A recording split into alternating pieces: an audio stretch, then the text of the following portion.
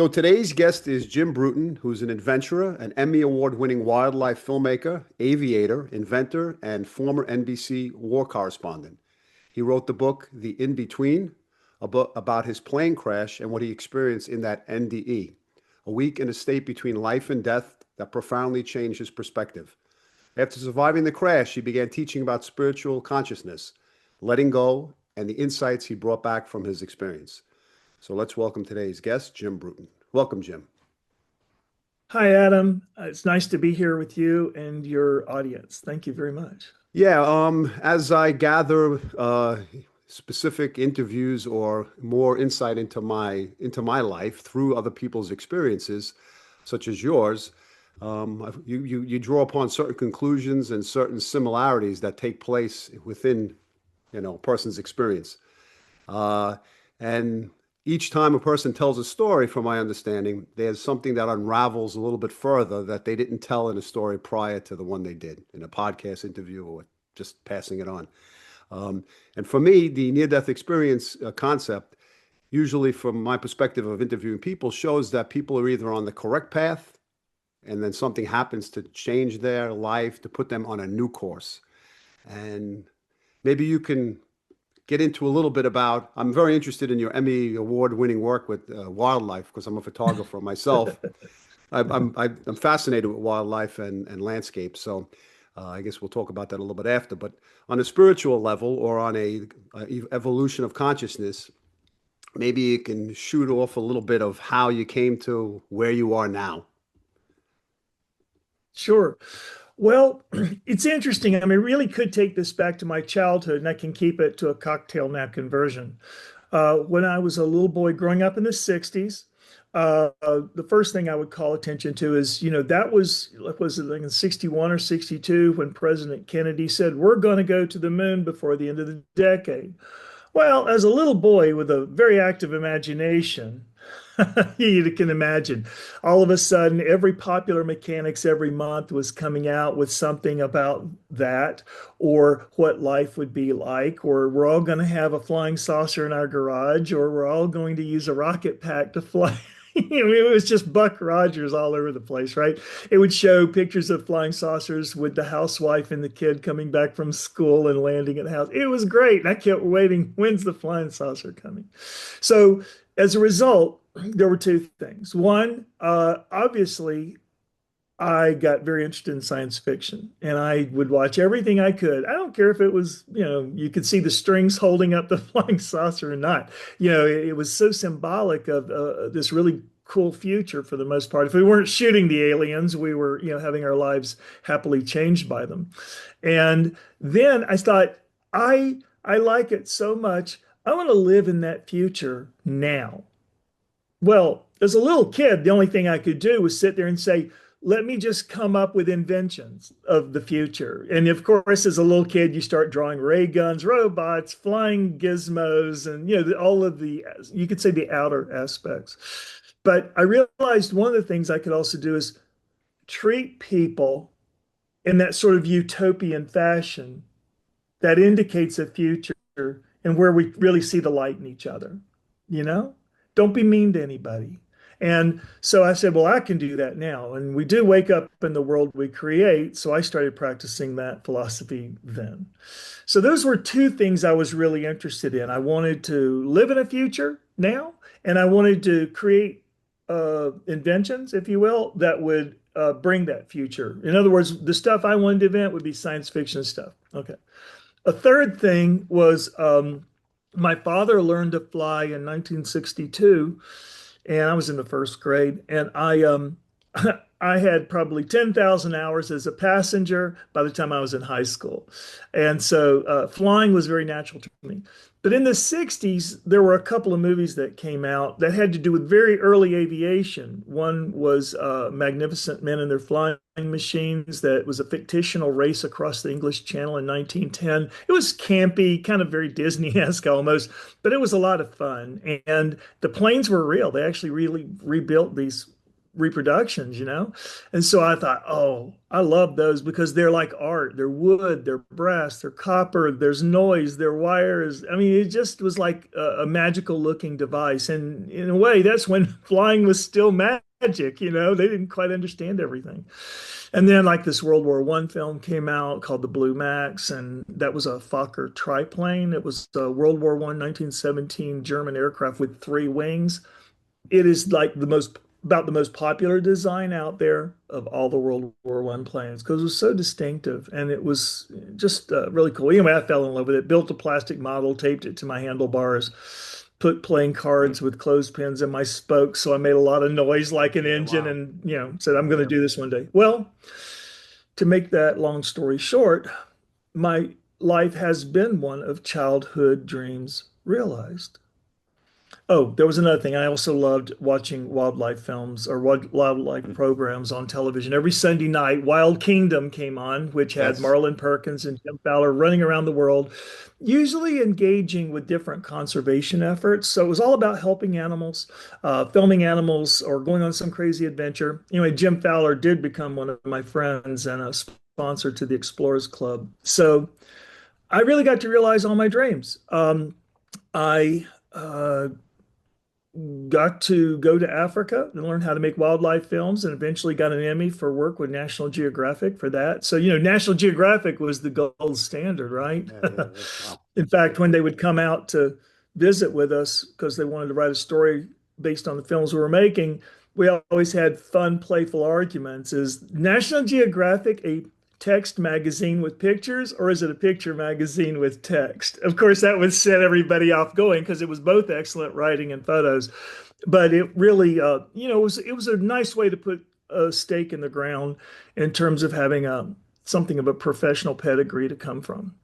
And then the next thing was kind of leads us into the future. The In the early 90s, Disney came out to scout a location. I was living in Namibia, which means the big nothing. I don't know if you've seen the more recent films about Dune 1 and Dune 2. No. And there are a few other films. There's a popular program out now called Fallout. They filmed those in Namibia because Namibia does look like the planet Dune. I was in a country that had two people per square mile. I was 300 miles from anyone, up in the oldest desert in the world with the highest sand dunes in the world, living on the coast. It was truly another planet. So, I kind of got to live in my science fiction place. But when Disney came out to scout this location, they had an early prototype of a satellite telephone. It was a few cases. They opened one, opened up this 1 meter wide, 1 yard across, nickelized polyester satellite dish. That was kind of cool. And then they pulled out a handset and they're talking on the handset. I go, what is that? And they said, it's a satellite phone. And I looked at it, and that's when inspiration from my science fiction interest hit me. I said, has anyone ever pushed video over that? And they said, we don't know. I said, well, I'm going to figure out how to do it. So, as a filmmaker, you're always looking for a new way to incorporate new technology to tell the story.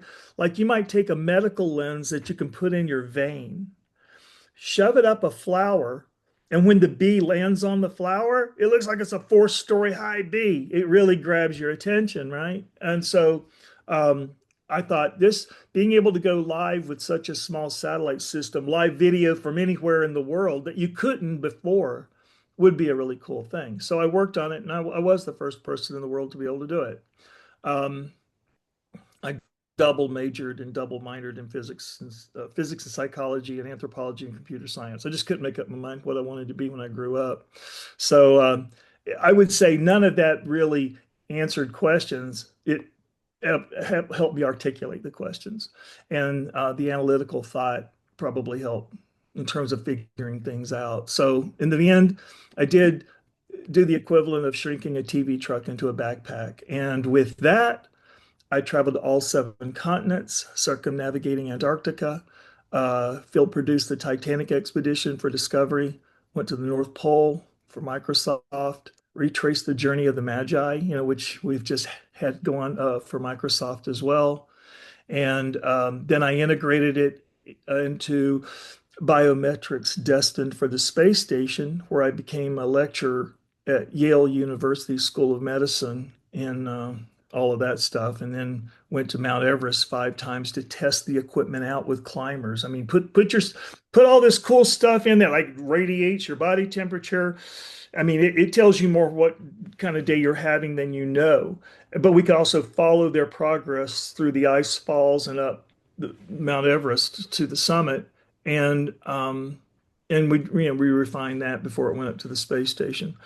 And then when the dot-com bubble burst, the only people left with any money to pay me to use this technology I invented were the major news organizations.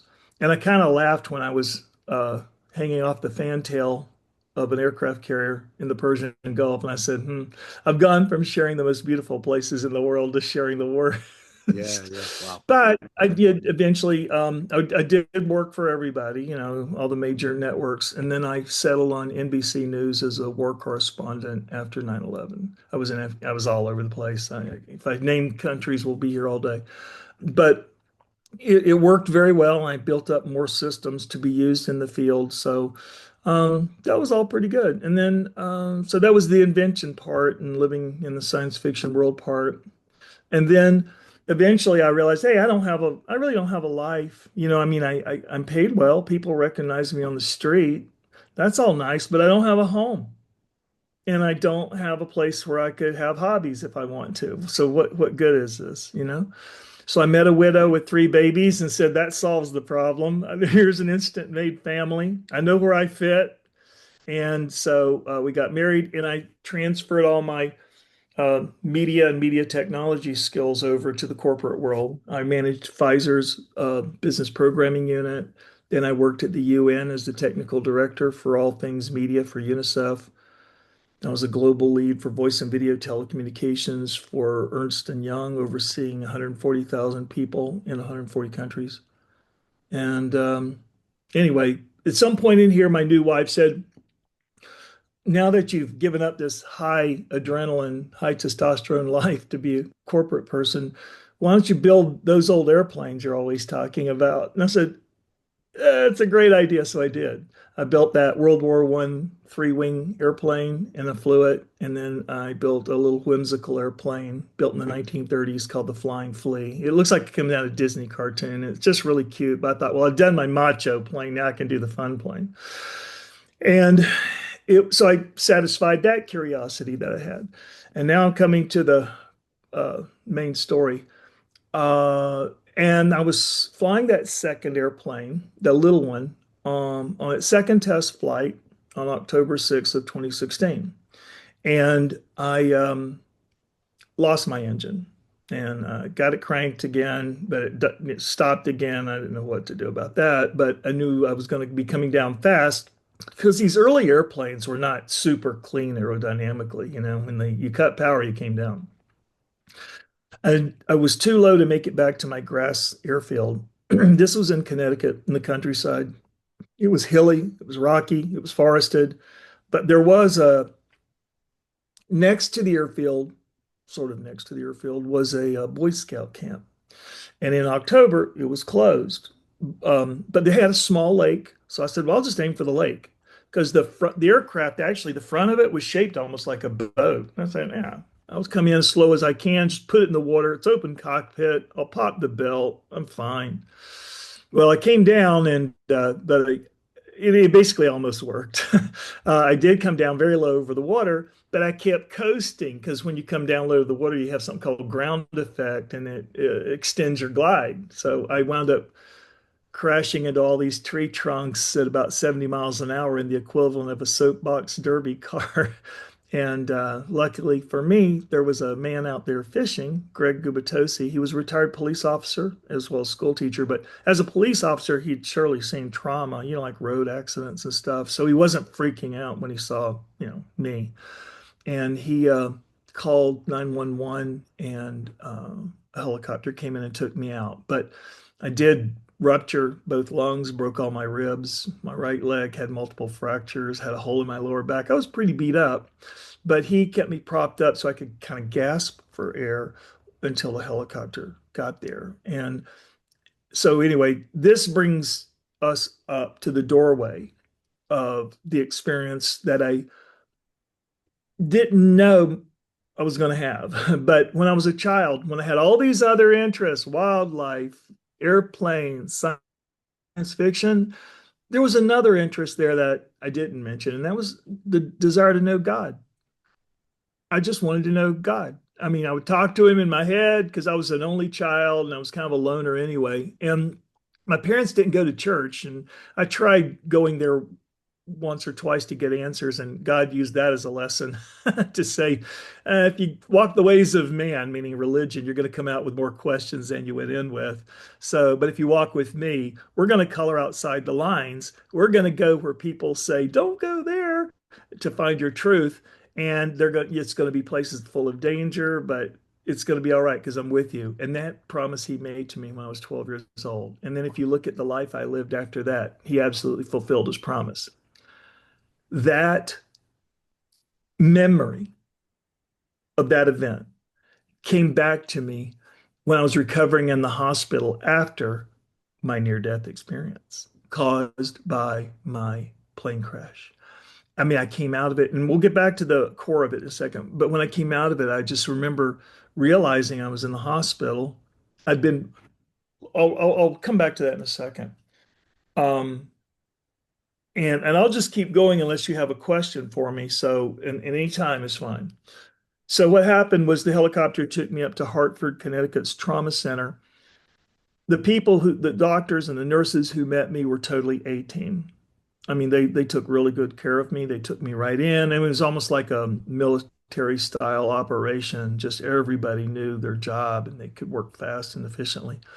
Um, by the time my family got there a few hours later, I'd already escaped the restraints one time and they had to re-restrain me. And they told my then wife that, oh, we need to probably put him into a medically induced coma because we have a week's worth of day-long operations and some with only a 2% chance of success. And we could lose him at any time. And he's already escaped the restraints. One, he's kind of a handful. So she said, sure. Now, it's anybody's guess, but just, following some basic cocktail napkin logic. My guess is when they put me into a coma here, that's when my near-death experience started. Is that true? I don't know. But all I know is I had a near-death experience. And um, for all I know, it lasted the entire week. But you know how time flows differently. It could have happened in a split second. I just, as far as time's measured here. And it was a very different kind of near-death experience. You know how a lot of near-death experiences, even though they may sound somewhat different, especially to the uninitiated, to those who are spiritually inclined, they can hear how similar they are. It's really amazing. But many are hallmarked by uh, I went through a tunnel. I saw at the end of the tunnel, I saw dead loved ones who comforted me, like a dead grandparent, someone who has a lovely memory associated with them and warmth. And they're welcoming you as you come in. They're kind of talking you off the ledge, like you're still alive, you just don't have a body, but everything's fine. And then you have this life review, right? Everybody has a less life review. And with the life review, a lot of times, it's a chance to see where you did well, where you didn't do so well. There's no judgment, but you feel the pain you caused other people, and maybe even revisit the pain you caused yourself. And again, you don't need anybody to judge you. It's pretty clear, because you can feel the pain. And then you might see beautiful heavenly scenery there. You might see beautiful heavenly beings. You might interact with them. Maybe you get a big message or a big decision. Do you want to come? Do you want to go?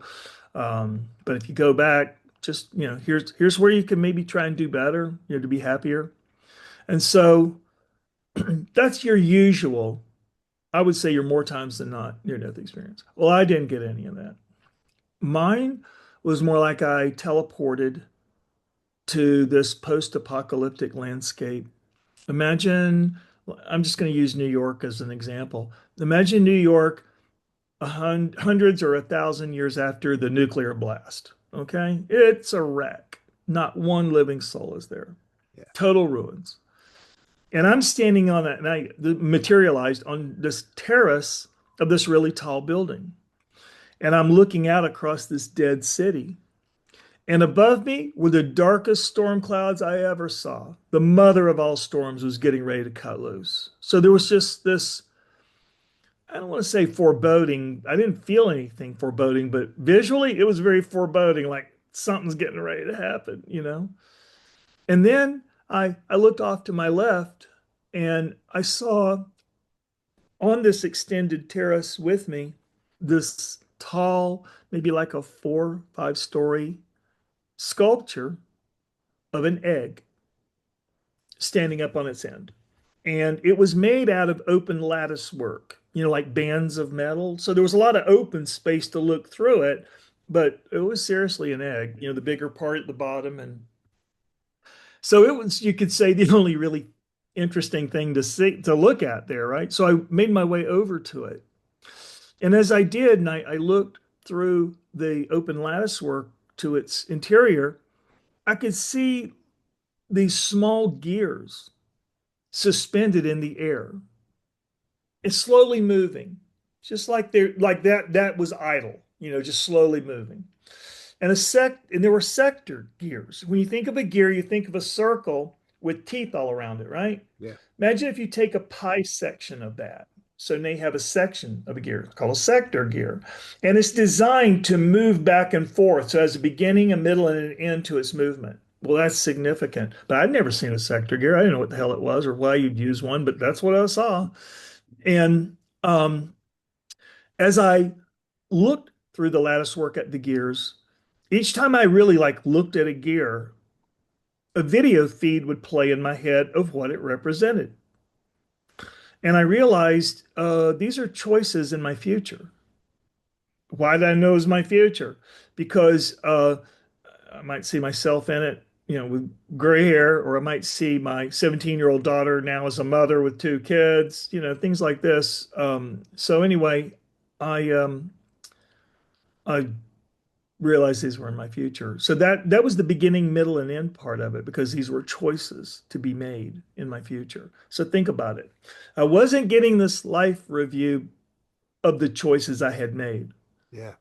You could say I was getting this future life review of the choices that were left to me based on the choices I had made.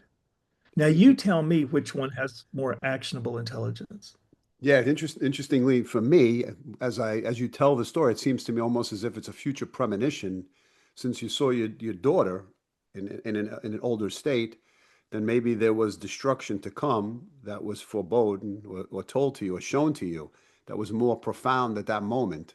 Or maybe I'm just maybe you'd have a better Let insight me into it. let me expand the context out a little bit and let's look at that because your question is hinting at something that has been a somewhat recent revelation for me, and I'd like to circle back to that. So, as I saw all of these, you could say future moments. I also noticed the gears. Some were very like to back up from what they represented as video feeds in my head, just to look at them as gears. Some were very clear and definite, very definite. And some were more ghost-like. And while they were just sitting there idling around, they could pass through each other in a physically impossible manner. But I thought, huh.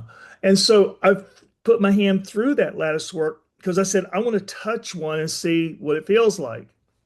And as I did, this one sort of appeared out of nowhere. And as it brushed by my hand, I felt an intense amount of pain.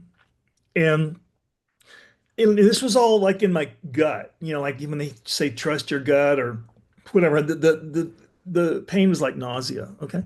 And so I reflexively grabbed that gear, pulled it out through the lattice work and threw it away. I don't know why I knew I could do that, but I did. And when I did, oh man, all of the gears erupt into motion now because they're having to account for the loss of one.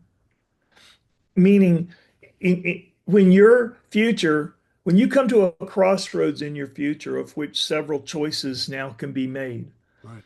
if you remove one that until that moment was a valid choice you can make, you're essentially leaving a hole in the universe, and you can't just show up in a boardroom one day and there's this gaping black vortex in front of you.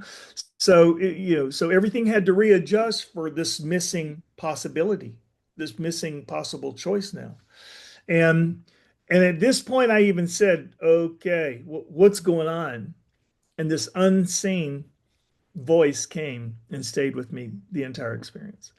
And it said, this is the future birthing into the now. This is becoming. This is what becoming is. And I said, okay. And I said, what are the gears? What's this all about? And I said, yeah, these basically it just said, yeah, these are all choices in your future um, that will present themselves to you when it's time, becoming from ghost-like to more definite. I realized the more definite ones were closer in time or more likely to occur. The ghost-like ones were further out in time or less likely to occur. So there was a visual measure to the circumstantiality of these potential choices. And and I said, well, you know, what why did that gear cause pain? And it said, well, and why are they all spinning around? It said, well, you removed it because it will be a bad choice for you to make in the future. It was a choice that would be to your spiritual detriment. And that's why it caused pain. In other words, when we hear about looking at the review of life you've had up to now, and if you really treated someone badly, you feel the pain you caused them. Right, It's sort of right. the same thing on the Yes. flip side, knowing the pain this choice would cause. And I said, okay, I said, how did I know I could remove that gear that removed that potential future? And it literally said, why else are you here? I said, I don't know. I don't even know where I'm at. And it goes, you're in the in between. I said, in between what? And it said, your past and your future, life and death. You're standing inside the affinity of a single moment. Okay, fine. So I realized that I was being given the opportunity to remove choices in my future that, as I said, would be to my spiritual detriment. Essentially, stacking the deck, right? It's like stacking the deck before a Yeah. card game so that you get better hands. May not all be winning, but there'll be better hands. And so uh, basically, I just kept reaching back in until I found a gear that caused pain, and then I would remove it, and then everything spins around again. And I did this. It seemed like I did it maybe 10,000 times. I mean, it was just over and over and over. But all this while, I was having this conversation with this voice, and I remember saying, why do, why do some of the gears cause pain and some not? And it said all choices have unintended consequences. You won't know whether they're right or wrong until after they pass, because that's sometimes on the whimsy of a politician's pen. Ask anybody who was involved in the Underground Railroad. You know, it was considered to be a noble effort, but it was illegal. So there you go. So what's right? What's wrong? Yeah, What's yeah. the deeper right? What's the deeper wrong? So, and it said, and I said, well, I don't even know where when these futures happen. And it said, um, you don't you don't need to know what comes tomorrow. That's a waste. Have faith in the grand design. Have faith in me. Your number of breaths are already counted. I will worry about your last one. And as I saw this growing pile of gears behind me, I said, it looks like if I don't have a bad life, I don't have any life at all. I said, am I going to die sooner from doing all this? And it said, for those who make poor use of their choices, offering fewer possibilities could be called mercy. Wow. I said, I got it. And I said, what am I missing here? I'm obviously, I mean, this is just such a huge thing. There's got to be stuff I just am missing. I said, what is clearly before you? Grace. It said, no one deserves salvation. It can only be given by grace. It is your birthright, but it has to be chosen at the expense of the world that separates us. Wow. I said, I got it. And I said, so I don't know. Basically, I really just got tired of seeing the gears spin around and around again.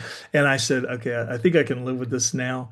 And it said, pay attention. It said everything is interconnected. Pay more attention to your relationships and be gentle with everyone as I'm gentle with you. And I was thinking about all this pain I had been using to as my guide. And I said, what's gentle about all this? And it said, you're here because you prayed to be here. And now the man who fell from the sky is not the same who flew into it. Wow. And it kicked me out. Now, going back to that question you asked me, um, in analyzing, using an AI tool to analyze my near-death experience, um, I realized that the experience has three components to it. And it's the beauty of how those components are created and how they fit together that make me really question how in the world could someone's subconscious in a coma come up with this? Okay. But the first is if you're going to teach somebody something, you might pick like a classroom, for instance, in which it fits the lesson that's going to be taught. If you're going to teach kids math, you put up fun Donald Duck posters of them playing with numbers or juggling. Yeah, you're gonna, or if you're going to, go get a gun permit, they'll probably have posters on the wall about Second Amendment, or they'll have targets with close group shot, something like this, right? Something that is contextually appropriate. Um, well, my classroom was this devastated landscape, this destroyed city. Now, if you think about it, the I'm jumping ahead to say that the class I was there to take was all about the price of making really bad choices. What better classroom than to be in a city that was destroyed by a nuclear bomb? Yeah. That's a really bad choice somebody made one day. So that puts the context here. The next is you prepare the student. Like there are some classes that when you go to, you need to have prepped in some way, study or something to just accelerate and appreciate the material that much more. My preparation was I was depersonalized down to zero. When I was there, I had no sense of individuality. I really had no memory. People say, well, then how'd you know that was your daughter? I said, because I was in there and it was by the context. Like you could walk into a movie late and look at the screen. You don't know any of the actors, you don't know the story, and you can pick out pretty quickly who the parents are and who the kids are. You don't have to have read the book. Right, Okay. right, So right. it's kind of like that. So and I remember saying, well, what do you mean? And it said, well, it asked me, it said, do you remember the world to which your body belongs? And I had no memory of this place. I had no memory of who I was. I had no sense of self or individuality or personality, no fears, no desires. I mean, I'm just aware of being a conscious being, and that's it. And it said, well, then you see the truth and how the past is dust. I said, got it. Because it said, if you're standing inside the eternity of a single moment, then there's a whole lot of past that's dust now, right? And you don't even anticipate the future because you're so present. That's the thing. You can't. You can't think of the next thing you were going to say or the next thing you were going to do. When you're that much present, you've given up that much control that wherever you put your foot is the right place to have put your foot because your way is totally guided right now. So now, so my preparation was to be stripped down to nothing. Okay. Right. And now the lesson comes. Think about this for a moment. If I had been more, you might say, personality intact, let's imagine one of those choices presented to me that could be to my detriment was the day I'm putting gas in my car and I think, hey, I'm going to go in and buy a Powerball ticket. Imagine if that's the day I won. A lot of money, right? Yeah. But what if, as a result, I became a really mean person, a nasty person, a person that caused a lot of pain? Hmm. Now, if I still had the desire for all of that, I would argue the point. I'd say, I promise I won't be a jerk, or if I'm a jerk, I'll just deal with the pain after, right? But because I had prayed to be here, means I wanted the accelerated, I wanted the express lane out of the cycles of reincarnation because I just want to go home. Then you could say, well, if we remove your desire for things, so you don't want to go, so you don't, so they're not attractors to go through them.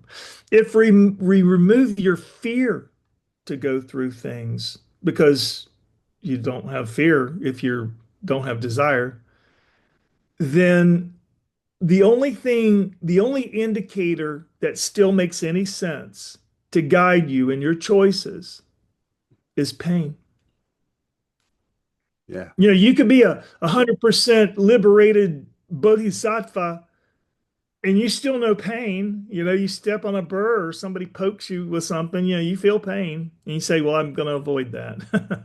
So that's why, you know, in one sense, you know, it was shaming to not have a better moral compass to make these to make these choices to remove unfortunate things than pain. But that's the way it worked out. And that was just like God saying, we really need to make this a very short conversation.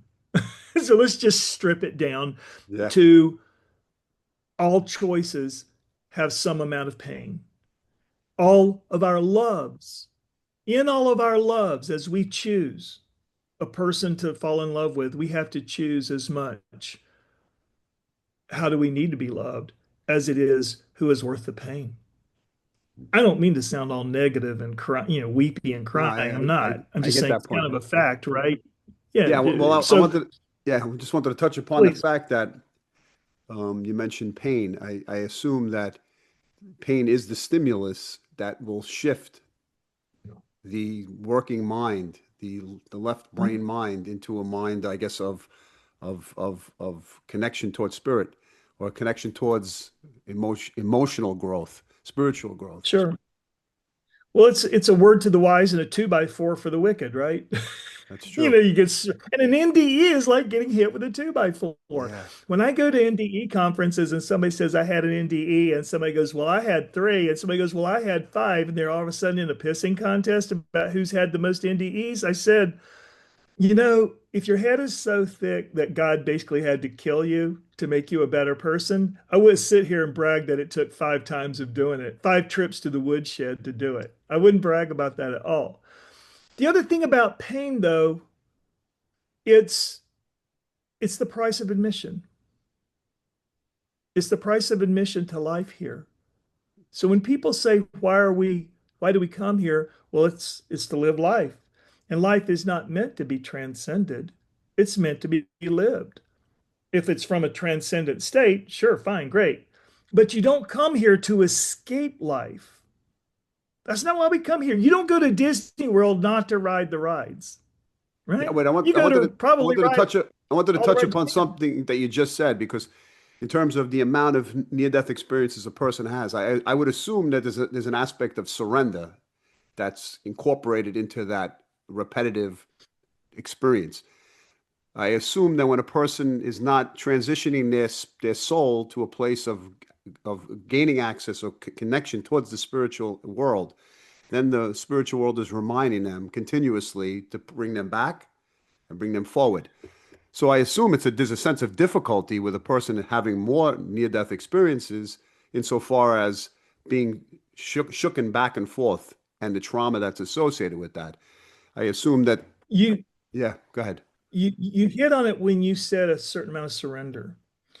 Because when I came out of my coma in the hospital, remember I was talking to you about when I was 12 years old. I went to church to ask questions and that didn't work out. And God was saying, okay, this is why. That memory came back. That was 50 years later. Right. And also, of course, the memory of my NDE. And it was just cycling, like I said, you know, looking at the gears and the video feed plays in my head. It was like that. And it was just over and over and over and over. With each iteration, it was more emotional impact. It was deeper and all that. And I'm having a conversation with the in between, like I was on the other side. And as I remember I said something about, wow, look at how the fractal pattern just continues the deeper in I go. And it said at one point, And then it showed me a couple of things, in my life that I could adjust right away. And it said, all the force of will you will ever need is found in the art of letting go. Always live life in celebration of the individual spirit, for no one and no thing can stand before the brilliance of a truly naked soul. Wow. And so that's why the title of my second book was The Practice in Between, the Art of Letting Go. And it really is. And in fact, as I have continued to live that truth, I'm realizing how in the path on the path of spirituality, pretty much, we'll just say it this way. I mean, I'm spiritual, not religious, but every religion pretty much says surrender to God. Like you said, surrender, let go, and be still and know that I am God. More accurately translates from the Aramaic as let go and know that I am God. And the more we let go, I mean, this is obviously a path toward humility, where you realize I'm not in control of anything. And if I try to drive, I just go off the road or off the rails. And you just can God just kind of help me with these details.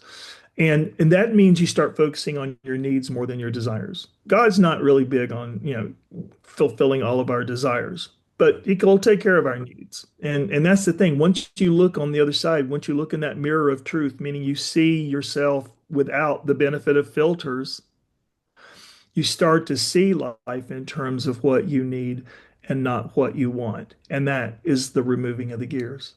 And so it's really important. So what I was saying was the more you walk this path, the more you realize how little you really have to do.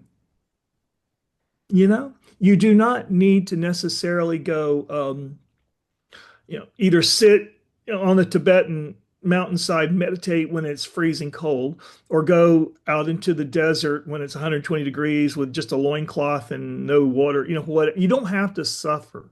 Right. You really don't have to do anything, because the in between, for example, isn't a place that you go to or come from. It's simply a place you are. Luke 17:21, because I'm in a Western society that is mostly Christian, says, many will be those who say, here is the kingdom of God, or there is the kingdom of God. The kingdom of God is neither here nor there. The kingdom of God is within you. Yeah. The translation in the in between was exactly what I just said, that it's not a place you go to or come from, it's a place you are. And so much, again, it's about just letting go of what you think letting go of, for example, by the time people, like if they go to university, then they go to postgraduate and they start, getting these letters after their names, they start to become pretty proud of that because they built their career on that. So there will come a time when you no longer let your history define you and tell you who you are. Because truly, whether it's death or an NDE, everything you thought you were is left at the door. And you realize you are more and you're everything. And so, as you let go of all the past that tells you who you are, and you live in the present, you give up your history for your intuition. And you just start operating on intuition. It's like flying without a net. It's like I'm going to jump off the cliff and God's going to catch me or whatever, or hear my wings.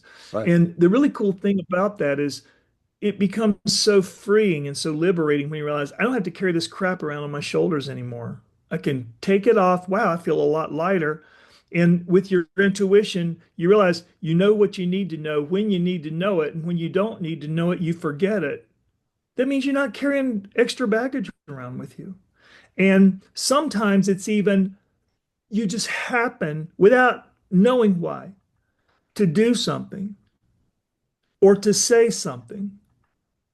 And then in retrospect, it's like, why did I say that? Why did I do that? Because that was the exact right thing to say or the exact right thing to do. And there's no way I knew at the time, because I couldn't read the future that comes after, that would be the perfect thing.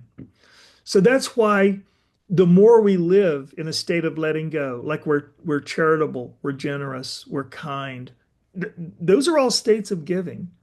So when we're in those states of giving, it just that means you're keeping the channel open for the right thing to be said or the right thing to be done. And as is characteristic with a lot of NDEers, what was the big message? Well, the big message is about love. Well, love takes many forms. Right. But part of what I'm describing could be summed up this way. When we're told to pray without ceasing, you say, well, how do you do that? Well, the only way to do it is by living a prayerful life. And when you live a prayerful life, you'll never have to pray again because prayer becomes something you are, not something you do. That's the state of letting go. Yeah. But most people are so attached to the ego. Most people attached thinking that this life or each life is take the money and run, so to speak, because if we have the attitude that we don't survive death, that our soul doesn't move on, then we're in a state of survival as opposed to a state of thriving and a continuum. So how do you tell people that what you experienced, the doubters, the non-believers, and what is their receptivity towards your message, or the people that you knew in your life who before you this experience and Right. then you went through it?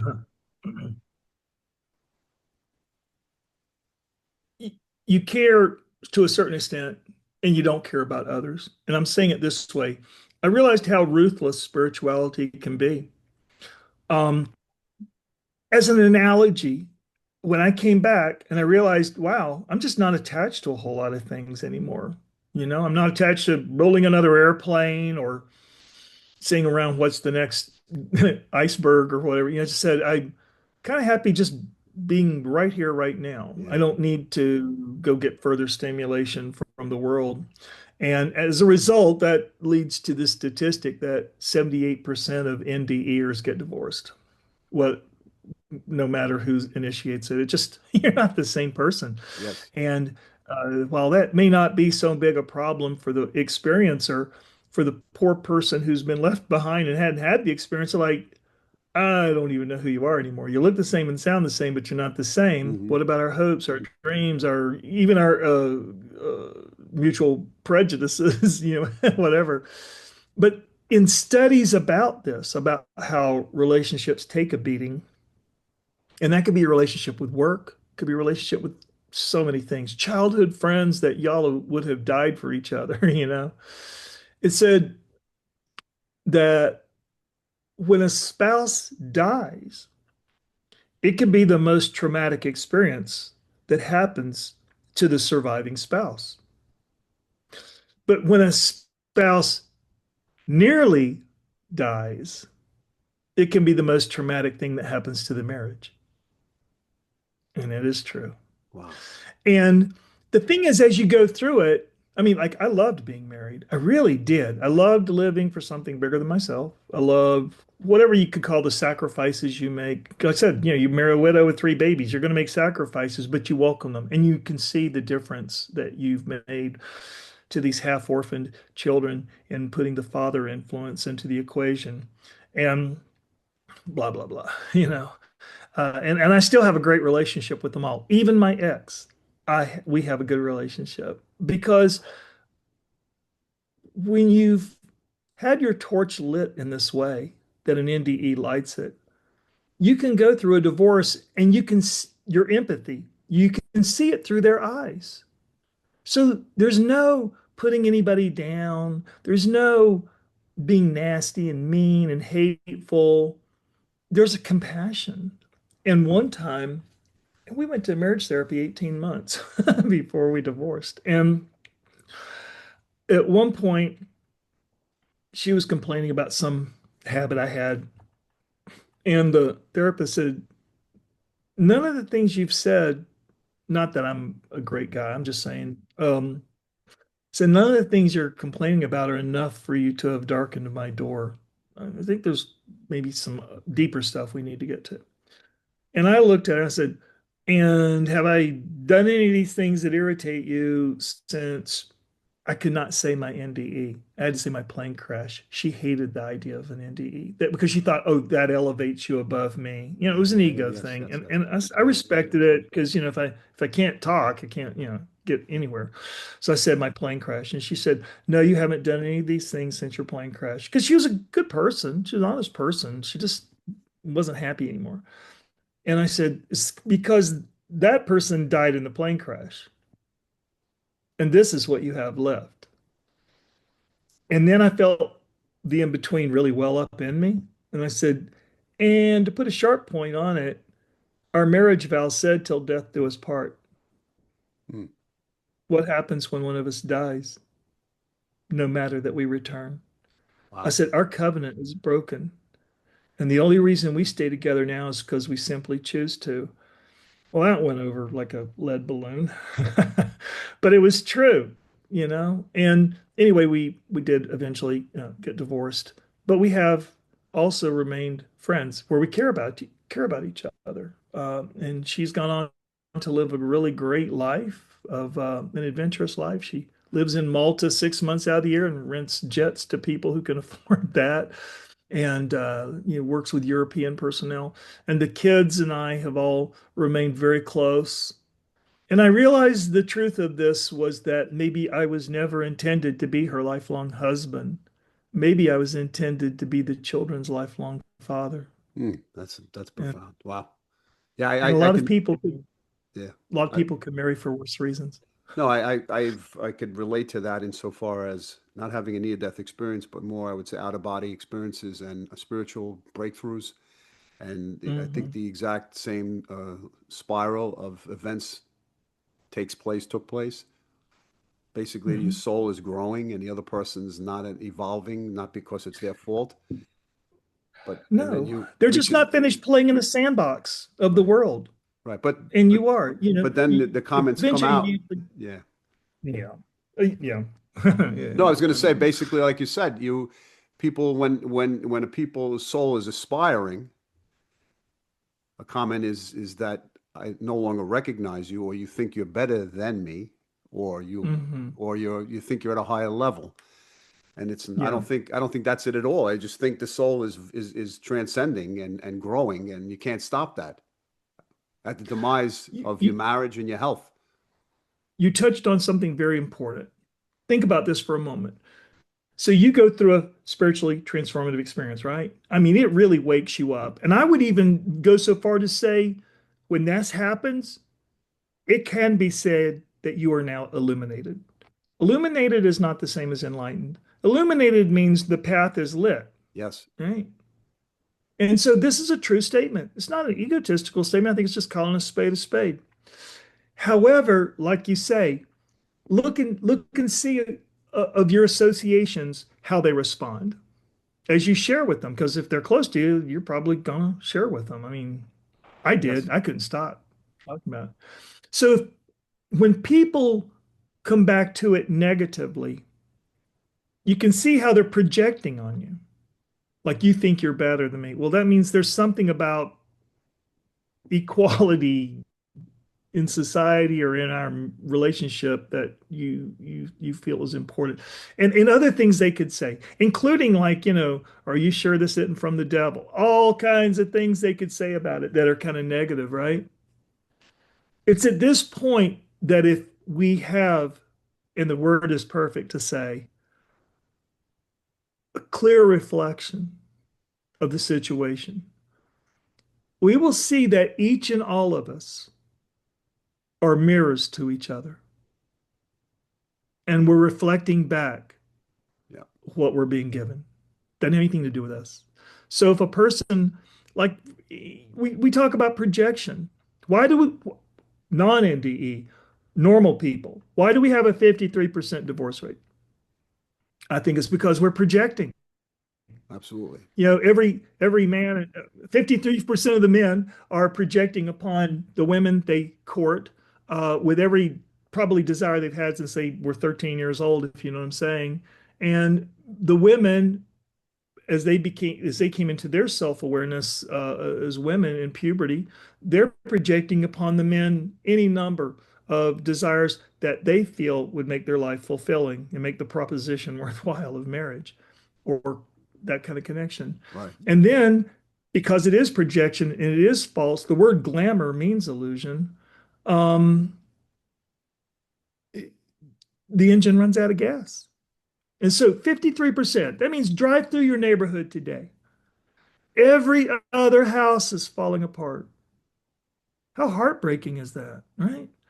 And so if we could have more of a practice in our society of less projection and more seeing things as they really are, and show me any media we surround ourselves with that support that notion. Our movies, that are Walter Mitty-esque as we walk out feeling, well, I feel like I'm James Bond because I watched a James Bond movie or whatever, right? As we listen to music, that so much of it is about angst. Yeah, I As we wanted to think, touch upon that. so we become. Yeah, I wanted to touch, be it that you were in the media and you do have this experience of this three-dimensional connection towards Mm, this type of work, which mm, basically programs information into a system, mhm. our brain. And Yep. after this experience, I guess either the isolation or the insight or the desire to be truthful to your own awakening, you come to this Mhm. conclusion, obviously, that we have to find our own path of insight and gather our own information. And did it shift you or change you and look back at some of the things that you knew needed to be changed or the way you view things now, as you said, the film, the media, not to It's tie you to interesting a, 'cause yeah, no, no, no, no, it's fine. But it's interesting because I've never really thought of myself as a content person, but as a process person. I'm always looking at what's the process going on underneath whatever it is I'm looking at. right. And like if you say news, I mean, being I'm in the war, right? And as I wonder if your question is hinting at bias within the media. Let's just take it for a moment and say it is. I would say this at the time I was a war correspondent for NBC News, they were very conservative. I mean, like neocon. And that's never been said before by anybody, I don't think. It was very so all the news was kind of in support of us being over there and being in a war and all that stuff. Yeah. Now, if I go out, it's my job to report the news straight down the middle without bias. This is what I saw. This is what happened. This is who's involved. And this is why, as best we know or we do know.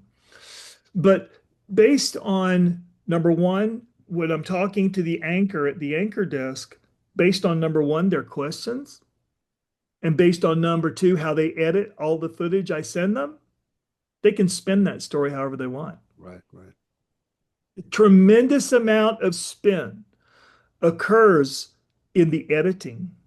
And like I said, in the questions.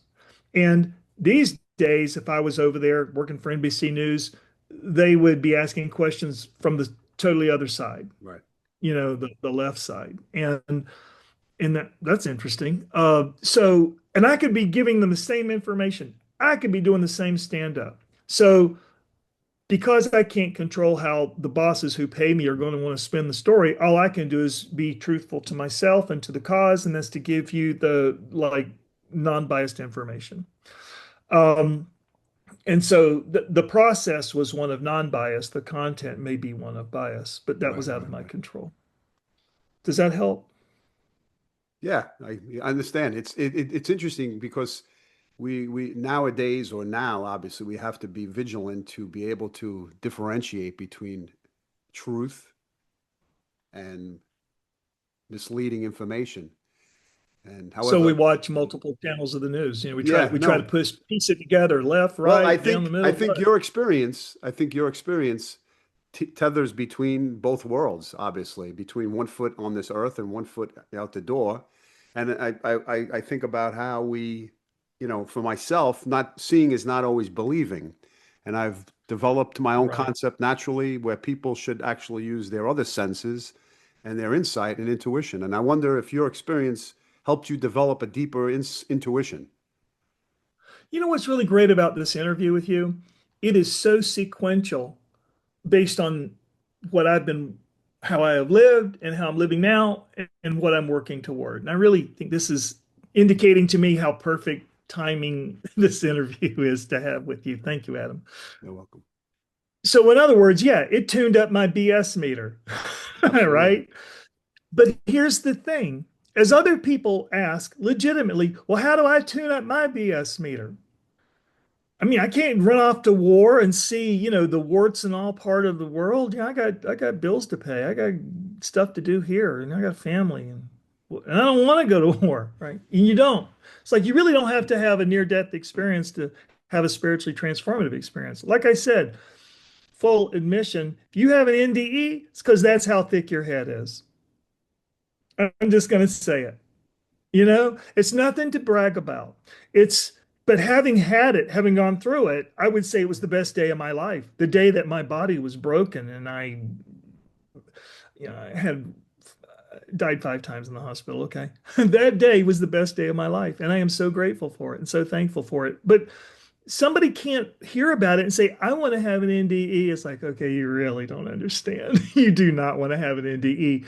You would like to have the same awareness that Right. it has brought, but does it have to come at so great a cost? How about we find, how about we live our lives in such a way that invite that awareness? And that includes whatever works for you in terms of building a relationship with the divine, whether it's prayer, whether it's meditation, whether it's whatever. I don't know. It could be going out and traveling all over the world because then you see what we share more than what makes us different. And if we have differences, you find ways to celebrate them. Like, wow, those are wild looking clothes. Can I wear some? Things like that. Now, the BS meter tune up. And let's face it, after these past few years Yeah. of insane polarization in our society, in our social media, in our politics, I mean, just COVID as a trigger that pulled the band-aid off and showed us. My third book I've just finished is about resonance. Wow. Resonance, let's put it this way. Most of the time, if somebody said, Adam, you're a very logical person, that would be a compliment, you know? But if they said, Adam, you're a very emotional person, a lot of times that's not a compliment.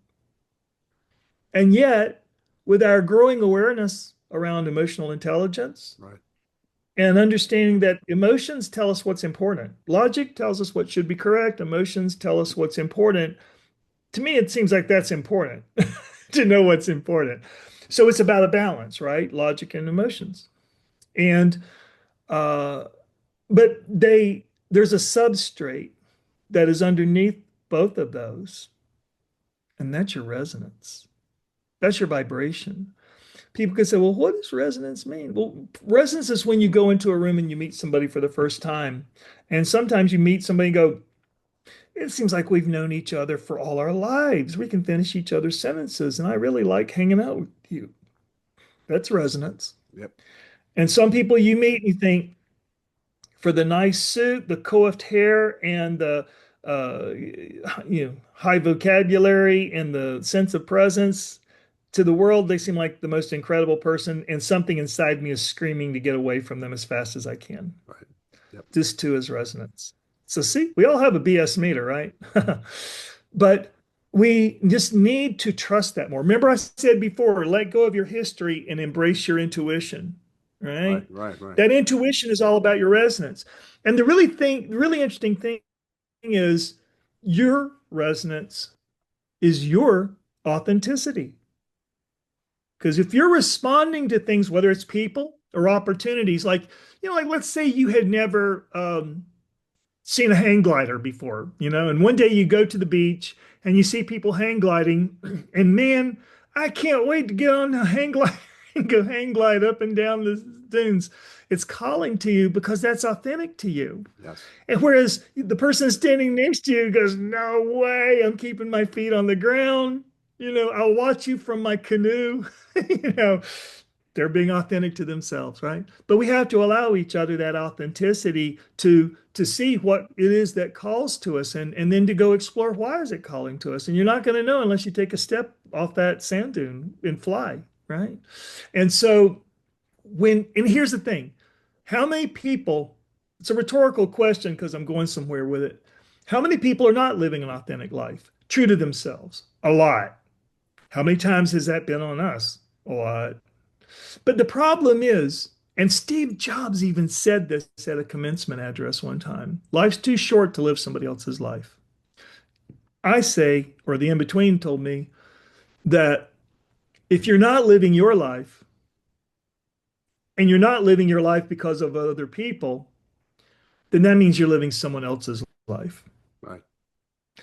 generating karma that in some ways isn't yours, but you're going to have to pay for one day. And that's just going to suck, you know, Yeah. to Yeah. have to come back here and pay off karma that I didn't even accrue because I wanted to, I accrued because I had to try to be the person somebody else wanted me to be, whether it was work, whether it was home, whether it was what the hell ever. I was, So yeah. it's important to be authentic to yourself, to make sometimes very hard, and as I said before, ruthless choices. Because if once you start walking spiritual path and you see how it unfolds before you, people will be removed from your life. And Yes. guess what? Yes. It might be your it might be your spouse. But they will still be taken care of. They're still loved. It's just they're going to be holding you back in their fear or prejudice about who you are now. Yeah. And so they need to go get what they need to go. It's kind of like one comparison, and I'll hold for a second. It's like you cannot row in two boats at once, right? And so let's say you have the boat of the world and you have the boat of the spirit. Now, there are people who are rowing in the boat of the world who are thinking, I really want to row in the boat of the spirit. I want spiritual illumination and insight and blah, blah, blah, blah. Now they go and they try that, right? But while they're there, they're thinking about the rowboat of the world. It's like going on a Buddhist retreat, and after the third day of eating and not, whatever, you're thinking, man, I really can't wait to go back home and eat a big whatever, right? My favorite restaurant, it's fine. So they're in the rowing in the boat of the spirit, but they're thinking about rowing in the boat of the world. Well, if you do that, it's like this. God would say, listen, you can't row in two boats at once. So go back, get out of my boat, and go back into the rowboat of the world and row because you're not finished yet.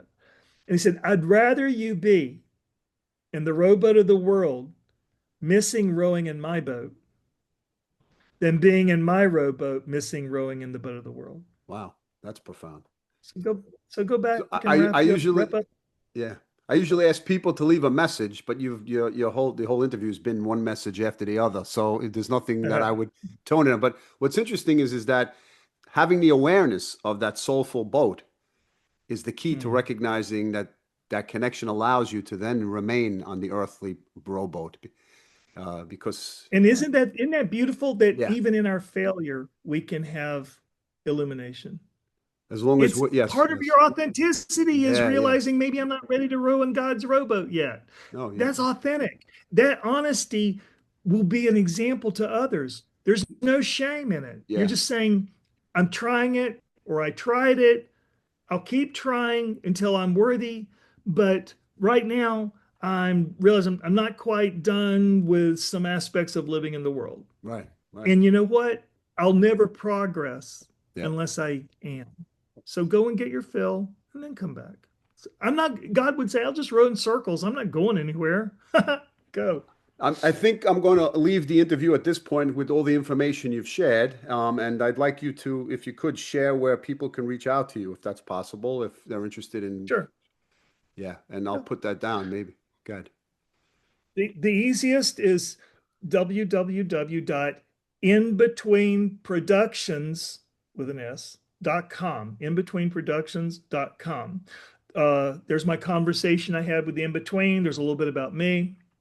Um, the media tab has a link to a 33-minute short film I just produced on, here's what you do after having an NDE in terms of living your life in service to others. It's a beautiful film. It's out for a bunch of film festivals now. And then also the two books you can straight to Amazon if you want to read Yes. or listen. I do the narration on the audio. The third book is in work now on the resonance. And then there's also a link if you want to, I'll just say call me and schedule some time to talk. There's a link for that. And that's it. You can find me there. Yeah. Well, I want to thank you for this inspiring insight that you've offered, not only the sharing on near-death experience, but a vastly resume of your charted charted course, your flight pattern that had turbulence, and all kinds of other things. Yeah, But yeah, it's interesting. I'm very interested in that, and I apply some of the things that you said, specifically the aspect of like to sit with myself and looking at the material items really, or the objects external to myself, and just remain inward and focused on that soul, along with the earthly existence. sure. Yeah. But anyway, I want to thank you It's a for. balance. Yeah, go ahead. No, I was just saying it's a balance. That's Yeah, all. yeah. All right. I want to thank you for joining me, Jim. It was a pleasure having you, and perhaps we'll have another interview in the future. That'd be great. Thanks, Adam. And thank you to everyone who joins your channel. Nice to spend time with you today. I wish everyone a good new year. May it be your best year ever.